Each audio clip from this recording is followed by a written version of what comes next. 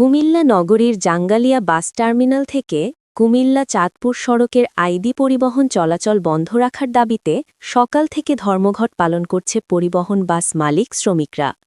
এতে করে কুমিল্লা থেকে বিভিন্ন জেলা ও উপজেলার প্রায় ৪০টি সড়কে চলাচলের ভোগান্তিতে পড়ে সাধারণ যাত্রীরা। সকাল থেকে কুমিল্লা নগরীর জাঙ্গালিয়া, শাসনগাছা ও চকবাজার বাস টার্মিনাল থেকে কুমিল্লা চট্টগ্রাম, কুমিল্লা সিলেট, কুমিল্লা ঢাকা, কুমিল্লা চাঁদপুর সহ অভ্যন্তরীণ প্রায় ৪০টি সড়কে কয়েক হাজার বাস ও মিনিবাস চলাচল করে। আইডি পরিবহনের চেয়ারম্যান মীর পারভেজ আলমের অভিযোগ, চাঁদপুর জেলা প্রশাসকের কাছ থেকে আইডি পরিবহন চলাচলের অনুমতি নিয়ে যাত্রা শুরু করে, কিন্তু কুমিল্লা বাস মালিক গ্রুপ সিন্ডিকেট শুরু থেকে আমার এই পরিবহন চলাচলে বাধা দেয়। এতে কুমিল্লা জেলা প্রশাসন রুট পারমিট দেয়নি।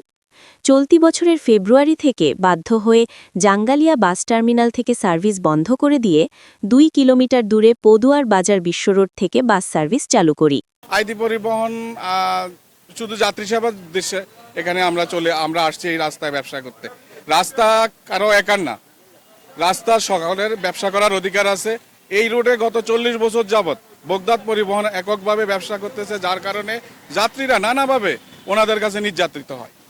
সেই দৃষ্টিকোণ থেকে আমরা নতুন একটা সার্ভিস নিয়ে আসছি আইডি পরিবহন, যেটার উদ্দেশ্য হলো একটা অনাথ আশ্রমের খরচ এখান থেকে ফান্ডিং হয়।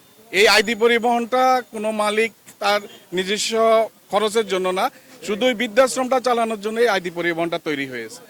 এখন একটা সামাজিক কাজে যদি একজন উৎসাহিত হয়, আমরা যদি আমাদের সরকারি জায়গা বা বিভিন্ন জায়গা থেকে এই জায়গাটাকে উৎসাহিত না করে অনুৎসাহিত করি, তাহলে মানুষজন, আমি মনে করি যারা সমাজে সচ্ছল আছে, তারা আস্তে আস্তে মানুষের সেবা থেকে নিজেদেরকে গুটিয়ে নিবে।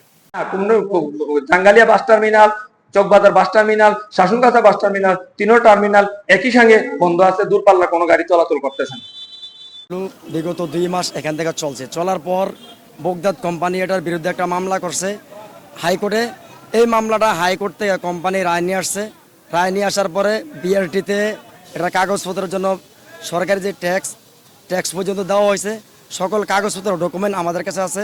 এই ডকুমেন্ট থাকার পরও বগদাদ কোম্পানির ষড়যন্ত্রমূলক আইডি কোম্পানিকে বন্ধ করার জন্য তারা এই প্রতিহত মিছিল, মিটিং, গোলযোগ, মারপিট সৃষ্টি করার এই পরিকল্পনা তারা অব্যাহত রাখছে। এই জন্য আজকে যে গাড়িগুলো বন্ধ, এটার মধ্যে শ্রমিকদের কোনো হাত নাই, সম্পূর্ণ মালিকদের নির্যাতন। মালিকরা মোটা অঙ্কের টাকা খায়া ওনারা গাড়িগুলো অফ রাখছে, শ্রমিকদেরকে দিন মজুরের কামাই থেকে বিরত রাখছে।